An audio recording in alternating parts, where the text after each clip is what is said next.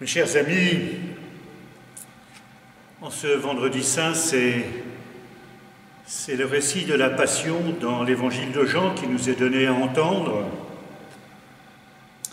avec cette parole de Pilate, livrant Jésus à ses bourreaux et leur disant « Voici l'homme ». Voici l'homme qui a tout porté du péché des hommes. Voici l'homme totalement juste et sans péché, qui a subi l'injustice de la condamnation alors qu'il était innocent. Voici l'homme non violent, qui reçoit les coups de la violence des hommes, les gifles, le fouet, ces épines qui s'enfoncent dans sa chair et ces clous qui percent ses mains et ses pieds. Voici l'homme doux qui reçoit la cruauté et les moqueries, qui reçoit les crachats. Voici l'homme subissant l'humiliation de la nudité publique. Voici l'homme devenu trop faible sous le poids de cette croix trop lourde pour lui. Voici l'homme droit et vrai, condamné par les faux témoignages des hommes menteurs et pervers. Voici l'homme qui est allé jusqu'au bout, jusqu'à donner sa vie dans l'atroce souffrance de la croix et dans la longue agonie. Voici l'homme qui a pris ce chemin pour une seule raison, par amour.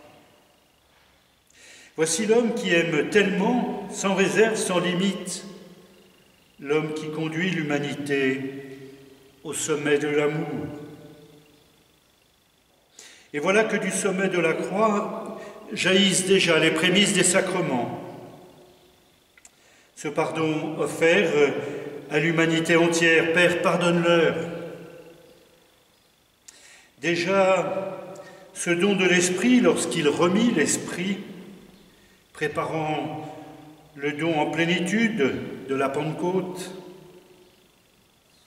et ce filet d'eau coulant de son côté ouvert, et dans lequel nous sommes plongés depuis 20 siècles pour recevoir le baptême, et qui font de nous les fils de Dieu. Ce sang qui lui aussi jaillit de son côté et dont nous continuons depuis 20 siècles de nous abreuver à chaque Eucharistie. Ce sang du Christ qui désormais vient couler dans nos veines pour faire de nous des vivants de l'amour. Et ce cri du Christ, j'ai soif. J'ai soif de vous, l'humanité entière. J'ai soif de cette richesse d'amour que mon Père a mis en chacun d'entre vous lorsqu'il vous a dit « Tu es mon enfant bien-aimé, en toi j'ai mis tout mon amour. » J'ai soif que ce don d'aimer fructifie en chacun d'entre vous.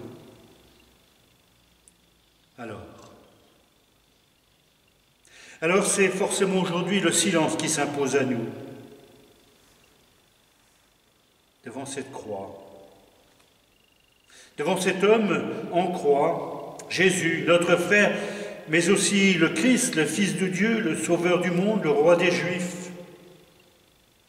Oui, c'est le silence qui s'impose à nous, un silence pour contempler, un silence pour rendre grâce, un silence pour accueillir,